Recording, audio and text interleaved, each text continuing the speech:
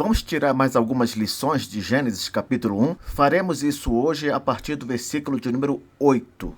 Dê uma pausa no vídeo agora e faça uma oração pedindo a iluminação do Espírito Santo para entender tudo aquilo que vou dizer aqui e volte para prosseguirmos com o estudo. Se você gosta de assistir aos vídeos do canal, por favor inscreva-se e deixe o seu gostei. Vamos lá, Gênesis 1, versículo 8. E chamou Deus ao firmamento céus, houve tarde e manhã, o segundo dia. Veja que nomear as coisas aponta para uma autoridade sobre essa coisa, não é verdade? São os pais que dão nomes aos filhos ou aos seus pets. Adão daria nome aos animais também. Então, o fato de alguém poder dar o nome de algo significa que esse alguém tem autoridade, alguma espécie de autoridade sobre esse alguém ou sobre a coisa a que dá o nome. É extraordinário a gente pensar que foi Deus quem nomeou a luz, os céus, porque isso revela a sua autoridade sobre toda a criação. Toda vez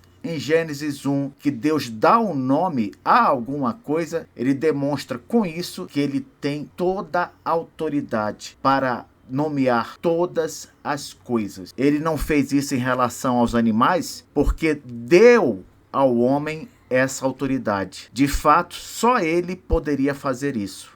Versículo 9. Disse também Deus: ajuntem-se as águas debaixo dos céus num só lugar, e apareça a porção seca. E assim se fez. Você sabia que a Bíblia foi a primeira obra escrita que mencionou a existência logo no início do planeta de um supercontinente com apenas um superoceano, os quais mais tarde viriam a ser chamados pela ciência como Pangeia e Pantalassa, respectivamente? Você sabia disso? Infelizmente, apesar de coisas assim, muitos ainda criticam hoje lugares, eventos e pessoas que a Bíblia cita, porém não possuem confirmação histórica, arqueológica, etc. Eles acham que a Bíblia não é suficiente para confirmar a existência de qualquer lugar, qualquer evento, qualquer pessoa da história geral. Mas o acerto constante das Escrituras, toda vez que ela menciona algo, deveria ser levado em consideração. A Bíblia é o escrito mais bem documentado da antiguidade. É a que tem mais manuscritos, mais cópias, é a que foi mais reproduzida. O mínimo que se deveria fazer, então, era dar-lhe um voto de confiança. Isto é, considerar que ela não precisaria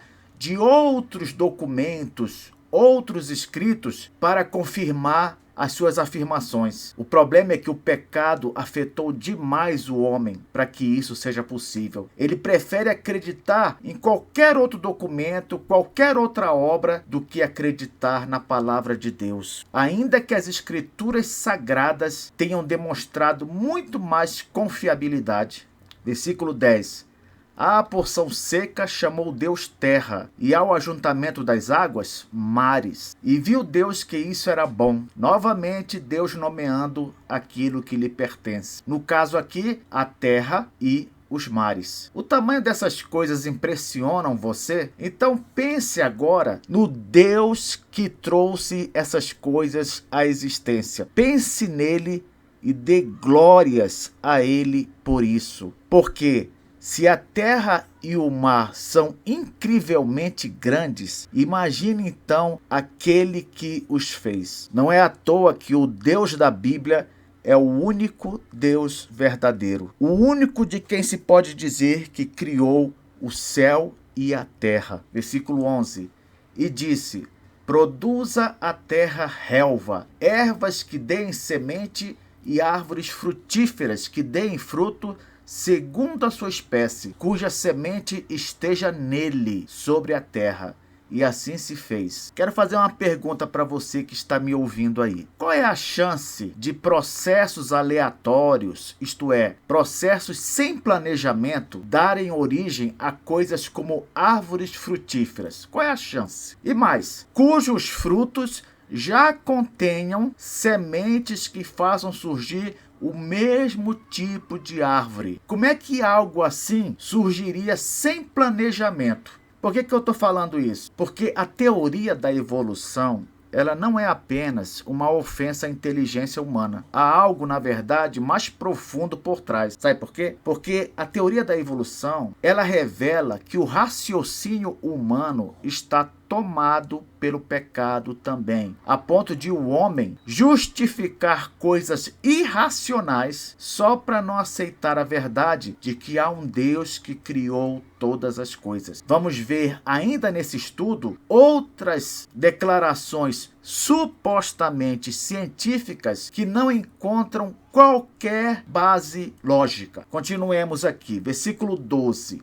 A terra, pois, produziu relva, ervas que davam semente segundo a sua espécie, e árvores que davam fruto, cuja semente estava nele, conforme a sua espécie. E viu Deus que isso era bom. Perceba que a terra, ela contém propriedades que contribuem para o desenvolvimento da semente. Deus já fez a terra assim. Então aqui vai outra pergunta.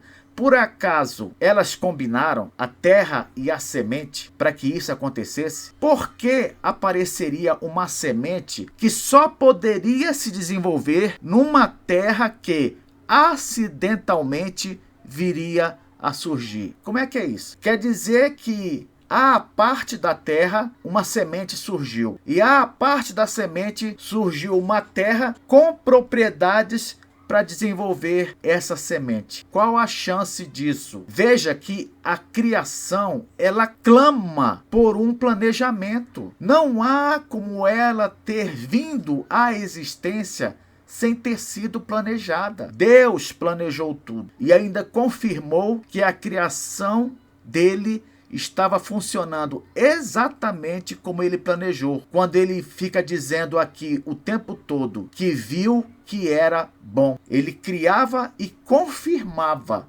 a funcionalidade de cada um dos elementos da criação. Ainda que alguns discordem de quem é o Criador, quem foi que criou, não pode haver qualquer questionamento do ponto de vista da lógica com respeito ao fato de haver um Criador. É isso que o criacionismo afirma. E, é claro, vai além, pois diz que esse Criador é o Deus da Bíblia. Versículo 13. Houve tarde e manhã o terceiro dia. As pessoas que defendem o dia era, isto é, que os dias da criação mencionados em Gênesis 1 são, na verdade, grandes períodos de tempo, eras de cerca de bilhões de anos. Essas pessoas, elas ignoram completamente essas menções de tarde e manhã, mesmo sabendo que tais expressões confirmam que estamos diante de dias normais. Por quê, professor? Porque tarde e manhã nada mais são do que partes de um dia normal. Nós não dizemos que o dia tem manhã, tarde e noite? Então, quando o texto bíblico fala em tarde e manhã, ora, isso é uma confissão de que se trata de dias normais, literais, de 24 horas. Infelizmente, muitos cristãos temem se posicionar contra as supostas descobertas científicas com respeito à idade da Terra. Sobre esse assunto, eu já postei um vídeo no canal explicando como considerar essas afirmações dos cientistas ateus em relação a uma Terra jovem, de cerca de 6.000 anos de existência, que é aquilo que nós acreditamos. Se você quiser saber mais a respeito, procure o vídeo no canal. Na verdade, são dois vídeos, um que fala sobre a idade da Terra e outro que fala sobre a idade do universo. Versículo 14.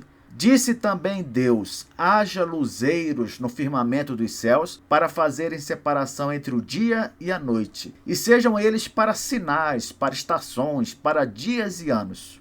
Perceba que o Sol e a Lua são criados por Deus no quarto dia. Você sabe o que a ciência diz sobre a origem desses dois luminares? Você sabe como surgiram o Sol e a Lua? Veja só, de acordo com os astrônomos, o Sol surgiu há cerca de 4,6 bilhões de anos a partir do colapso gravitacional de uma nuvem molecular de gás e poeira. A maior parte da massa da nuvem se concentrou e formou o Sol, enquanto o restante se achatou e formou um disco protoplanetário. A demora na formação do Sol enriqueceu a nuvem de gás e poeira com os metais necessários para a formação da Terra e da vida. Que coisa, hein? Quer dizer então que gás e poeira fizeram surgir o Sol, essa esfera incandescente que não para de queimar. Creio que nem os químicos são capazes de explicar tal coisa. Como é que gás e poeira juntos deram origem ao Sol, a essa estrela formidável que não para de queimar? Com respeito à Lua, ela surgiu há cerca de 4,5 bilhões de anos, isso de acordo com a ciência, com a astronomia, após a colisão de um corpo celeste do tamanho de Marte com a Terra. É isso mesmo que você ouviu. A Lua surgiu após a colisão, isto é, após o impacto de um corpo celeste do tamanho de Marte, de um impacto desse corpo com a Terra. Essa é a teoria do Big Splash, ou grande impacto. Continue comigo aqui. O corpo celeste, chamado Theia, colidiu com a Terra quando o planeta ainda estava em formação, sendo uma grande bola pastosa e quente. O impacto produziu uma série de detritos, que é, claro, o que era de se esperar, que foram arremessados no espaço, e muitos deles entraram em órbita ao redor do planeta. Então, depois do impacto, os detritos ficaram ao redor aqui do planeta Terra. Com o tempo, esses fragmentos se agruparam e fundiram, dando origem à Lua. É mole? O interessante é que isso para eles é tão normal que se utilizam da mesma explicação para as luas dos outros planetas do sistema solar. Ah, professor, os outros planetas têm luas também? Tem. A Terra, na verdade, é a única que tem uma lua. Sabia disso? Olha só, Saturno tem 124 luas, Júpiter 95 luas, Urano 27, Netuno 14, Plutão 5, Marte 2 luas, inclusive já foram até nomeadas pelos cientistas. Uma se chama Phobos e a outra Deimos. Mercúrio não tem nenhuma lua e Vênus também não tem nenhuma lua. Então, a Terra é a única que tem uma lua, as outras têm várias luas e Mercúrio e Vênus não têm nenhuma lua. Continuando aqui, os planetas gasosos como Júpiter, Saturno, Urano e Netuno têm mais de 100 luas confirmadas. Que coisa, hein? Mais de 100 luas confirmadas. Aqui eu coloquei uma imagem das 5 maiores luas de Urano. Você está vendo aqui? Você acredita que todas essas luas surgiram de colisões? Você acredita nisso? Sinceramente? Mas, professor, eles dizem que há outros meios de as luas terem surgido. Olha, na prática, a explicação que realmente vale para eles é essa aí da colisão. Veja só, existem 3 hipóteses que dizem respeito ao processo de formação dos satélites naturais, no caso das luas. A primeira é a hipótese de formação por colisão. Tá vendo aqui? Nesse caso, 2 ou mais corpos celestes se chocam e os destroços gerados por esse impacto se juntam ao longo do tempo, criando assim um novo planeta secundário. Muitos cientistas acreditam que a nossa Lua foi originada a partir desse processo. Eles acham que basta jogar bilhões de anos e os detritos vão se juntar de forma perfeita, formando um satélite natural esférico, dessa maneira que nós vemos aqui. Continuando, também podem surgir por processo de captura, que ocorre quando o satélite está em uma trajetória inicial e é atraído pela gravidade de um planeta, colocando-o em uma nova rota em torno do planeta que o atraiu. Tá vendo, professor? Olha aí o outro processo de surgimento da Lua, o processo de captura. Não, nada disso. Aqui não está dizendo como a Lua se formou. Não, está dizendo que o satélite passou e, atraído pela gravidade do planeta, parou ali. Entendeu? Não está falando nada sobre como esse satélite se formou. Continuando. Por último, as luas podem ser formadas ao mesmo tempo e na mesma região que os planetas principais a serem orbitados por elas, em um processo conhecido como formação simultânea. Assim, o satélite encontra-se desde o início girando ao redor do planeta. De novo, aqui não fala nada sobre a origem do satélite. Diz simplesmente que ele se formou juntamente com o planeta que ele fica orbitando. Então, na prática, a única explicação que realmente vale para a origem das luas é a colisão. Agora pense, todas essas luas que eu disse aqui, que eu mencionei, terem surgido a partir de colisões. E depois ainda ficam criticando os argumentos criacionistas, como se fossem elucubrações de mentes religiosas obscuras. Agora, considerar o que eles falam como ficção? Não, aí não pode. Aí é um absurdo. Temos de crer naquilo que eles afirmam de forma completamente cega, acrítica, sem qualquer direito a questionamento. Vamos continuando aqui. Versículo 15. E sejam para luzeiros no firmamento dos céus, para alumiar a terra. E assim se fez. Olha, a função principal dos luzeiros é iluminar, clarear. Mas, com certeza, eles exercem outras influências sobre a Terra. Nós sabemos, por exemplo, da influência gravitacional da Lua sobre as marés. Isso é um fato. O que não existe, porém, é uma relação de influência desses luminares sobre a nossa história, sobre a nossa vida pessoal. Por que não? Porque Sol e Lua são elementos inanimados. Sol e Lua não têm inteligência e muito menos poder para controlar a vida humana. Professor, por que você está falando isso? Porque a crença em astrologia, ela revela um outro efeito do pecado sobre o raciocínio humano, levando-o à aceitação de algo extremamente irracional. Como é que elementos inanimados, sem inteligência e sem controle sobre a nossa vida, poderiam direcionar alguma coisa do nosso dia a dia, como por exemplo, com quem vamos namorar, se vamos ou não conseguir um trabalho, se o dia vai ser bom ou vai ser ruim? Isso é um absurdo. Isso só revela o estrago que o pecado fez na mente humana, a mente não regenerada por Cristo. Imagine, você que está me ouvindo, quanta ciência boa nós teríamos se os cientistas primeiramente reconhecessem a existência de Deus e a criação como sendo uma obra dele. Imagine. Versículo 16. Fez Deus os dois grandes luzeiros, o maior para governar o dia e o menor para governar a noite.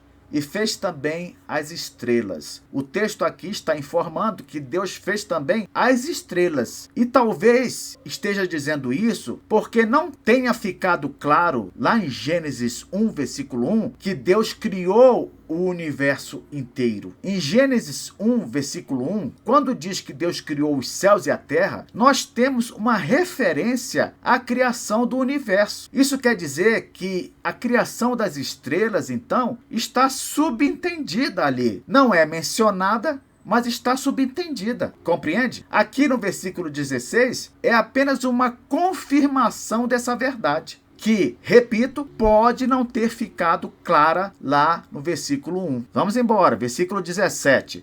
E os colocou no firmamento dos céus para alumiarem a terra. Versículo 18. Para governarem o dia e a noite e fazerem separação entre a luz e as trevas. E viu Deus que isso era bom. Versículo 19. Houve tarde de manhã, o quarto dia. Certamente que não há necessidade de comentar a respeito desses 3 versículos. Vamos para o versículo de número 20. Disse também Deus: povoem-se as águas de enxames de seres viventes, e voem as aves sobre a terra, sobre o firmamento dos céus. Que coisa incrível! Com uma palavra, Deus faz aparecer enxames de seres viventes nas águas. Você lembra que Cristo demonstrou esse mesmo poder quando ele multiplicou peixes durante seu ministério público? Você lembra disso? Pois é. Quem crê no relato dos evangelhos não deveria ter qualquer problema para acreditar numa criação instantânea. O Cristo que multiplicou peixes é o Deus que fez peixes surgirem de tudo que é tipo no início da criação. Versículo 21. Criou, pois, Deus os grandes animais marinhos e todos os seres viventes que rastejam, os quais povoavam as águas segundo as suas espécies, e todas as aves segundo as suas espécies. E viu Deus que isso era bom. Ora, se Deus criou os grandes animais marinhos, como diz aqui no versículo 21, então, é óbvio, todos aqueles bichos ditos pré-históricos surgiram quando? Aqui, você já deve ter ouvido falar nesses peixes enormes, monstruosos, como, por exemplo, o Mosasauro, que tem quase 18 metros de comprimento. Esse peixe aqui é aquele que aparece num dos filmes do Jurassic Park, que ele está lá dentro de um tanque gigantesco e no final do filme ele até abocanha o Tiranossauro Rex. Você lembra disso? Então, esse bicho tem 18 metros de comprimento. Quando é que ele foi criado? Aqui, nesse momento, quando Deus criou o quê? Os grandes animais marinhos. Temos também esse outro aqui, o Plesiosauro. Ele tem cerca de 14 metros de comprimento. Esse animal aqui também é considerado por muitos como sendo o famoso monstro do Lago Ness, lá na Escócia. Por fim, temos aqui o Megalodonte, que tem ficado famoso por intermédio dos filmes no cinema. O Megalodonte, um super tubarão de cerca de 18 metros de comprimento também, o mesmo tamanho do Mosasauro. Aí as pessoas ainda vêm e falam assim: como é possível que Jonas tenha sido engolido por um peixe, se não existe peixe capaz de engolir um homem e mantê-lo ainda vivo dentro de seu ventre, etc. Ora, esses animais pré-históricos, eles foram contemporâneos do ser humano. Nós não temos dito aqui nesse estudo que a Terra é jovem? Então, esses animais, sejam marinhos, sejam terrestres, sejam aves, eles não existiram há milhões, nem há bilhões de anos, não. Eles foram contemporâneos do ser humano. Portanto, nada impede que o peixe que engoliu Jonas tenha sido um deles. Nada impede isso. Quando estudarmos o livro de Jonas, veremos isso com mais cuidado. Então ficaremos por aqui e continuaremos tirando lições do capítulo de Gênesis 1 na próxima aula.